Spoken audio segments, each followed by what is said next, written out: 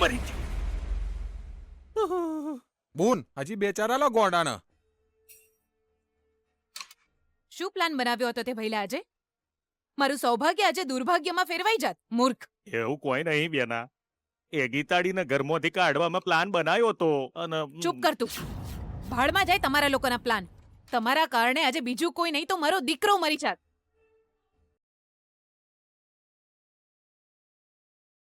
મારો દીકરો હું તું એ બેના જેટલી સેન્ટિમેન્ટલ થઈને મારો દીકરો કશે જોડે તેને જન્મ આલ્યો હોય. તું ખરેખર એની માં છે બેના. આજે નહીં તો કાલે એને મારી નાખવાનો પ્લાન કરતી જ હતી ને, તો આજે હું વાંધો છે. ચૂપ કર તું.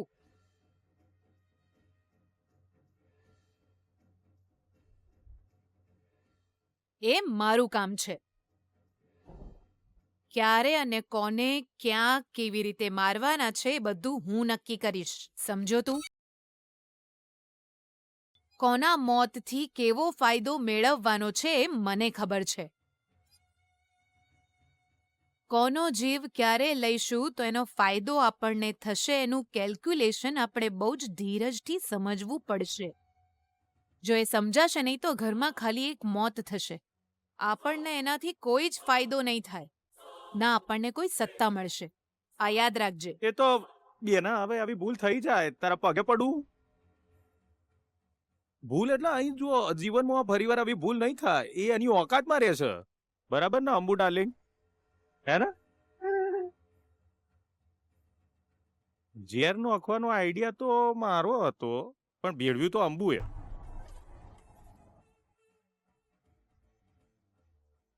બેના તું ખુશ થઈને જે બક્ષીસ ચાલવાની હતી અમે 50-50 વેચી લેવાના હતા. બોલ કીધું તું ને 50. ના ના મેડમ, આ ખોટું બોલી રહ્યા છે. ઓ જુઠ્ઠાડી હારી. મને સારી રીતે ખબર છે કે તમે બંને એક જ નાવમાં સવાર છો. મેં આને જાણી જોઈને લાફો માર્યો છે એટલા માટે કે આ જોઈને તું પણ ઠંડી થઈ જાય. એ અંબા, જો આમાં તું આ ગોંડાની હારે રહી ને તો યાદ રાખજે આની હાથે તને શનિની સાડા સાતી ભરકી જશે. સમજી ને? અરે અરે અરે અરે, ભૂલ થઈ ગઈ, માફ કરી દો સ્વામીજી. જો આ સ્થિતિમાં જો કોઈ ઘરની બહાર જશે તો એ છે ગીતા. વિજયના મનમાંથી ગીતા માટેનો પ્રેમ કાઢીને ફેંકી દેવાનો છે. એના માટે શું કરવું જોઈએ એ વિચારો. એના સિવાય બીજું કંઈ પણ એક્સ્ટ્રા કરવા જશો તો ખાલી પ્રોબ્લેમ જ થશે.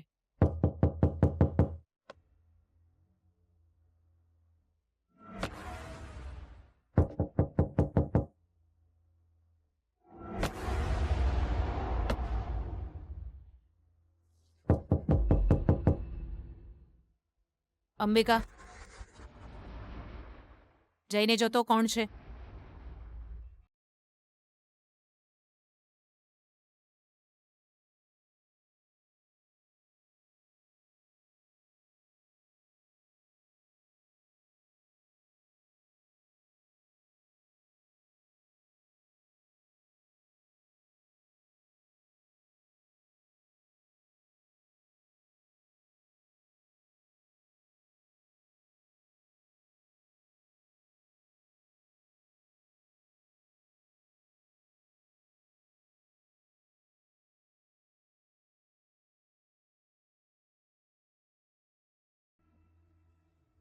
સાસુમાં, મારે તમારી સાથે વાત કરવી છે.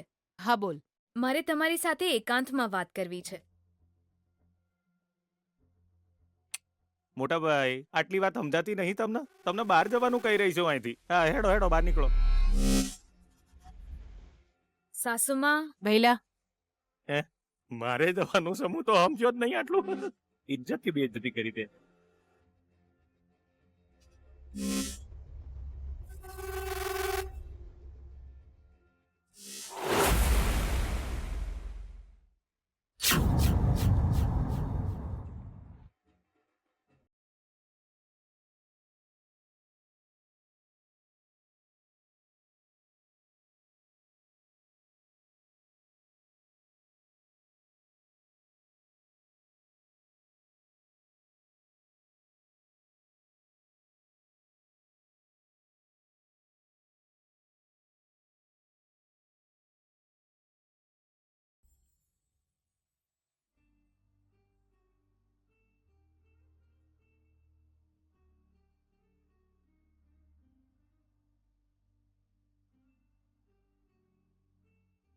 ગીતા,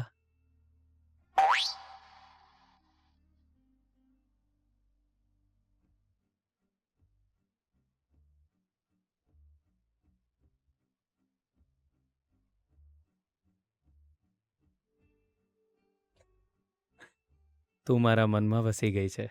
તારો ફોટો જોવાનું મન થયા કરે છે. આને તો પ્રેમ કહેવાય ને? ના રે, આ તો એ સજા છે જેમાં આંખો ખુલ્લી હોય કે આંખો બંધ હોય, મનમાં હોય એ જ દેખાય, એટલે કે પ્રેમ. ગીતા,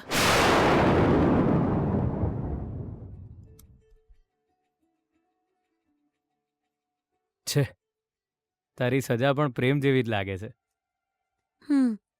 આ કંઈ વધારે નથી થઈ રહ્યું?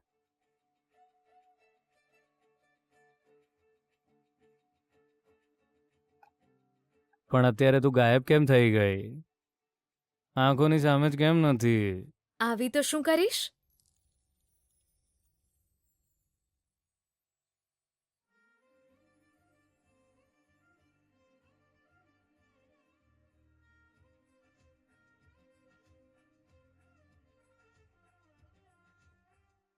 ગીતા, હમ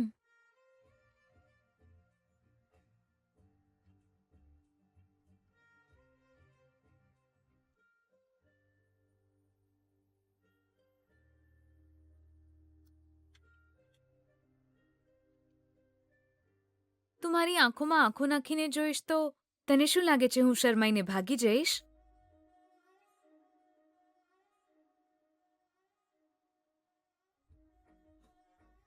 તને અહીંથી ભાગવા કોણ દેશે ગીતા?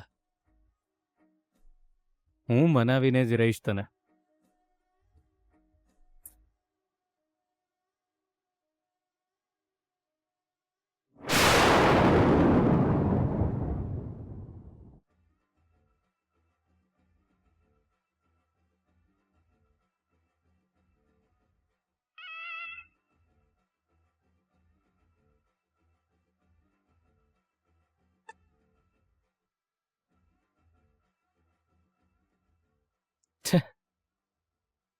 આ ગાંડ પણ પ્રેમનું જ પરિણામ લાગે છે મને. પ્રેમ કરવાવાળાને સપના જોવાનું લાયસન્સ હોવું જ જોઈએ. તો જ તો વાત બને. ગાડીની જેમ આનું લાયસન્સ એ આપો, નહીં તો પ્રેમની ગાડી આગળ કેવી રીતે વધે? પણ ગીતા, કેવું સરસ ફીલ થાય જો આપણે આ જ રીતે વાત કરતા હોઈએ. બસ તું મારી સાથે ટેરેસ પર ઊભી રહીને તારાની ચમક જોતી હોય અને હું તારી આંખોની ચમક જોતો હોઉં.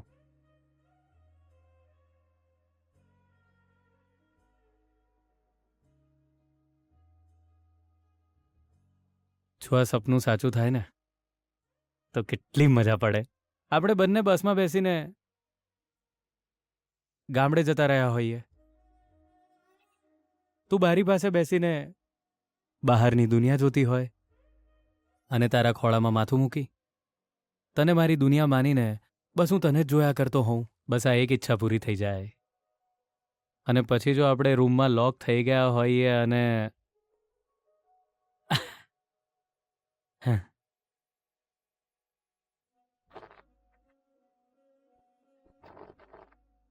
મને ખોટો ના સમજતી ગીતા, તારી સાથે મારે ડ્યુએટ ગાવું છે. સાચે જ.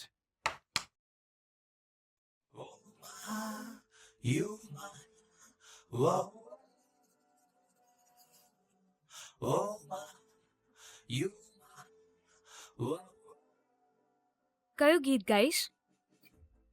બહાર સે કોઈ અંદર ના આ સકે. अंदर से कोई बाहर ना जा सके. सोचो कभी ऐसा हो तो क्या हो. सोचो कभी ऐसा हो तो क्या हो. हम तुम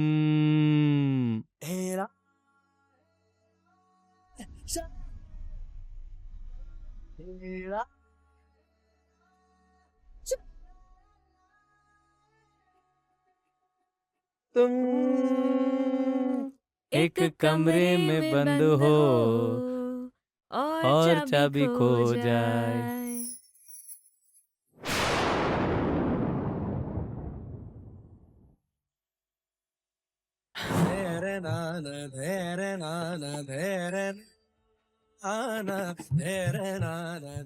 આ તો ચીટિંગ છે ગીતા. તું મને કેમ આટલો હેરાન કરે છે? મારા પર તને દયા નથી આવતી?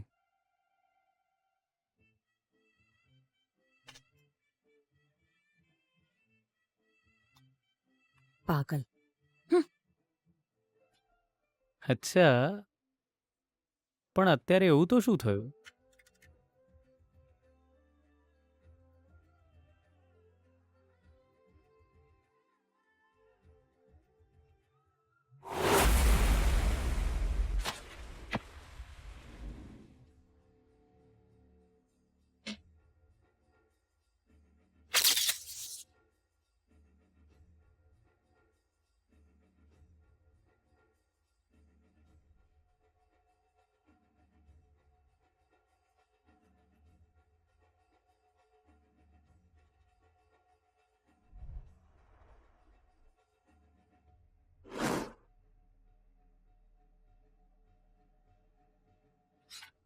તમારી આંખોમાં ડર અને ચહેરા પર આ પરસેવો, અને હવે તો તમારું ગળું પણ સુકાઈ રહ્યું છે. આ જોઈને મને ખબર પડી ગઈ કે તમે કંઈક એવું કર્યું છે જે તમારે નહોતું કરવું જોઈતું, સાસુમાં. એય, મેં શું કર્યું છે? જો, મારી સાથે આ રીતે વાત કરવી યોગ્ય નથી.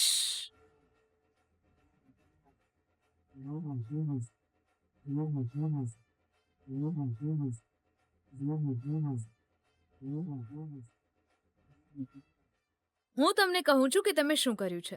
તમે મને બહુ જ નફરત અને તમારા દીકરાને બહુ પ્રેમ કરો છો એવું હું અત્યાર સુધી સમજતી હતી.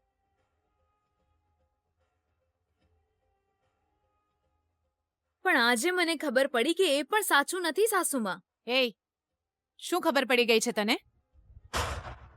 મારા દીકરા માટે મને કેટલો પ્રેમ છે એનું સર્ટિફિકેટ મારે તારી પાસેથી નથી લેવું.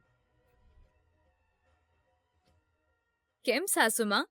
મારી વાત પૂરી થાય પહેલા જ તમે બોલી પડ્યા. પહેલા મારી વાત સાંભળી લો. ખાલી તમે મારા પર ઝેરનો પ્રયોગ કર્યો હોત તો હું સમજીને ચૂપ થઈ જાત.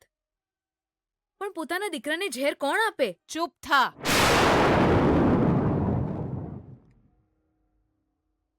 વિજય મારો દીકરો છે. એને જો નાની સરખી ઈજા પણ થાય ને તો પણ હું સહન નથી કરી શકતી. અને તને લાગે છે કે મેં એને ઝેર આપ્યું? આ કેવી વાતો કરી રહી છે તું? તું પાગલ તો નથી થઈ ગઈ ને? હું પાગલ છું કે નહીં એ તો નથી ખબર, પણ તમે તમારા જ દીકરા વિશે ખરાબ વિચારી શકો છો એવું તો મેં ક્યારેય નહોતું વિચાર્યું.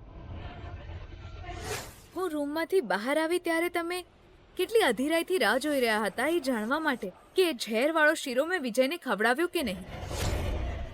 એ વખતે તમારા ચહેરા પર ભય નહીં, જિજ્ઞાસા વધારે હતી. પણ જેવી તમને ખબર પડી કે એ શીરો પપ્પાજી ખાવા જઈ રહ્યા છે તો તમે બધા દોડતા એમની પાસે ગયા. આ બધાનો અર્થ શું છે?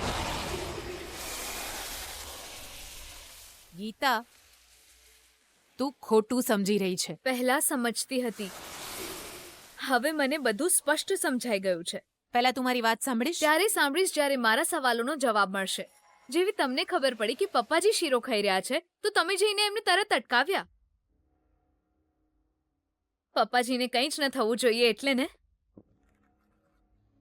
એટલે મારો પતિ મરી જાય તો તમને વાંધો નથી, હે ને?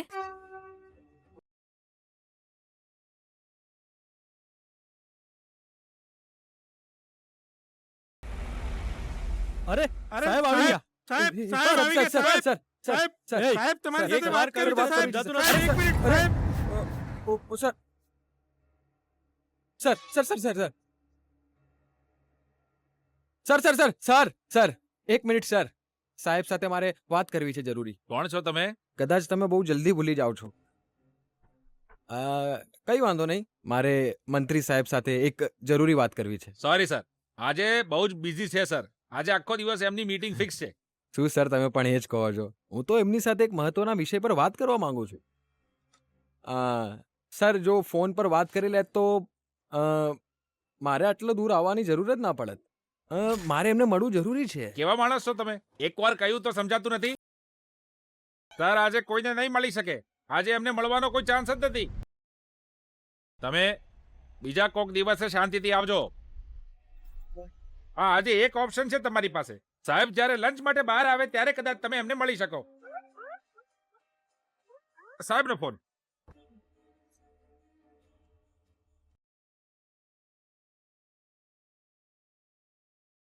મંત્રી સાહેબ, જો આજે તમે મને મળશો તો હું તમને જરૂર એક મહત્વનો પુરાવો આપીશ. મારે તમને મળવું બહુ જ જરૂરી છે સર. તમારે મને મળવું તો પડશે જ.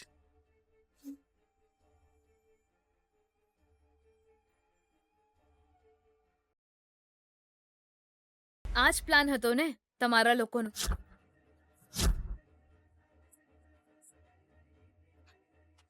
જો ગીતા, અંબિકા આવી અને એણે શીરામાં પડેલી ગરોળી વિશે કહ્યું. અમને નહોતી ખબર કે શીરો વિજયે ખાધો છે કે નહીં. તને બધું કહીએ એ પહેલા તે કહ્યું કે શીરો તે ખાલી તારા સસરાજીને આપ્યો છે. એ પછી સીધા અમે એમની પાસે દોડ્યા. જો ભૂલથી પણ એ શીરો વિજયે ખાધો હોત તો અમે એની પાસે પણ આ રીતે દોડી જાત અને એને પણ બચાવત. વિજયને કંઈ જ ન થવું જોઈએ. જો એવો વિચાર તમારા મનમાં હોત ને તો એનો નાસ્તો પૂરો થાય ત્યાં સુધી તમે એની રાહ ના જોવત. હેને સાસુમાં? શીરામાં ગરોળી પડી છે એ ખબર પડતા જ તમે વિજય પાસે દોડી ગયા હોત અને એની પ્લેટ તમે ફેંકી દીધી હોત. તમારા ચારમાંથી કોઈકે શીરામાં ઝેર ભેળવ્યું છે એવું મને લાગે છે સાસુમાં.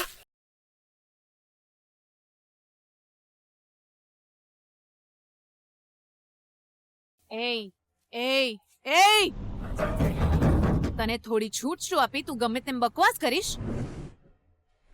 હું મારા જ પરિવારના સભ્યોને ઝેર આપીશ એવું લાગે છે તને? જો મને કોઈ સારી તક મળે તો પહેલા હું તને ઘરમાંથી બહાર કાઢી મૂક. જો તે કોઈ હદ પાર કરીને તો હું તને ખતમ કરી દઈશ, મારા પરિવારને નહીં.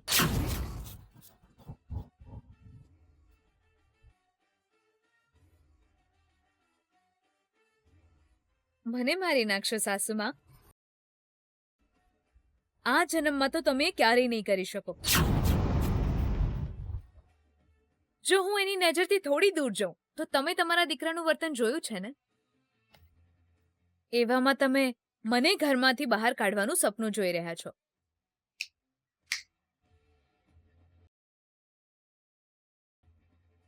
એય, કાયમ રહેવાના સપના જોવાવાળી ખાલી તું જ છે. જ્યારથી તને જાણ થઈ છે કે મારો દીકરો તને પ્રેમ કરે છે, સહેજ પણ એવું ના વિચારતી કે તને કોઈ સત્તા મળી જશે. ક્યારેક ક્યારેક એવું બને છે કે પ્રેમ નફરતમાં બદલાઈ જતા વાર નથી લાગતી. નસીબમાં પ્રેમ છે કે નહીં એ તો મને નથી ખબર, પણ નફરતની તલવાર તમારા માથે જરૂર લટકી રહી છે.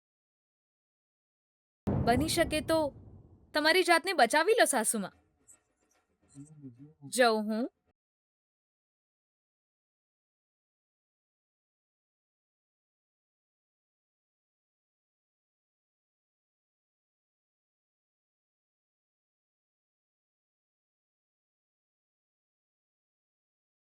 બોલ, તું બોલ. હા, મને ખબર છે મારો દીકરો ત્યાં અત્યારે આરામ કરી રહ્યો હશે.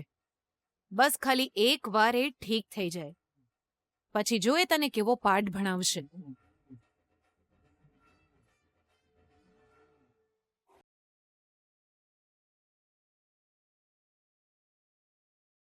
ઓ, મોટા મામા કહીને ગયા છે કે મમ્માને મોકલશે. હું સૂતો હતો ત્યારે મમ્મા આવીને જતી તો નહીં રહી હોય ને? મમ્મા, મમ્મા, મમ્મા.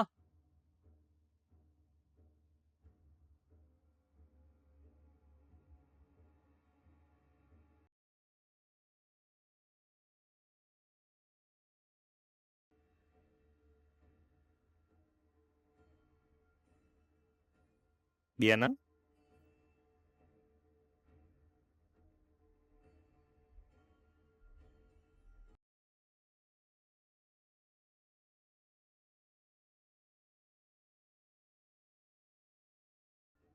બોન, શું થયું?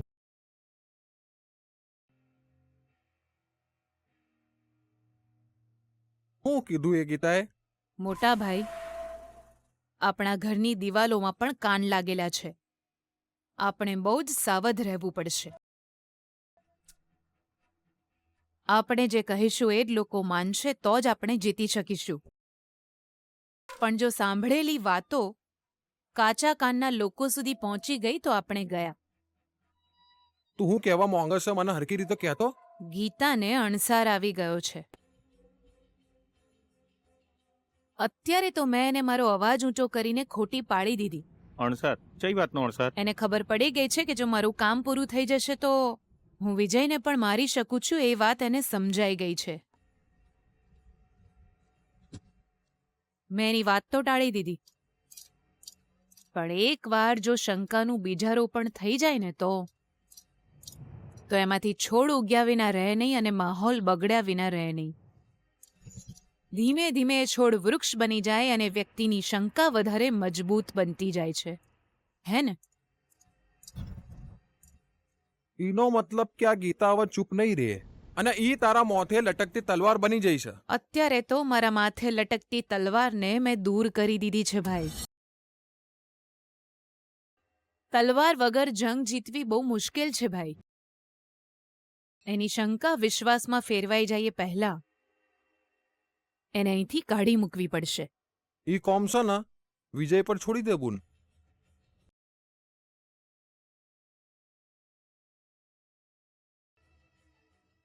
મોટા ભાઈ, તમે મને કંઈક કહી રહ્યા હતા કે વિજય મને કંઈક વાત કરવા માંગે છે. હા બુન, વિજય મને કહેતો હતો કે એ તને બધું હાચું હાચું કહી દેશે, એટલે જ એ તને કોલ કરતો હતો.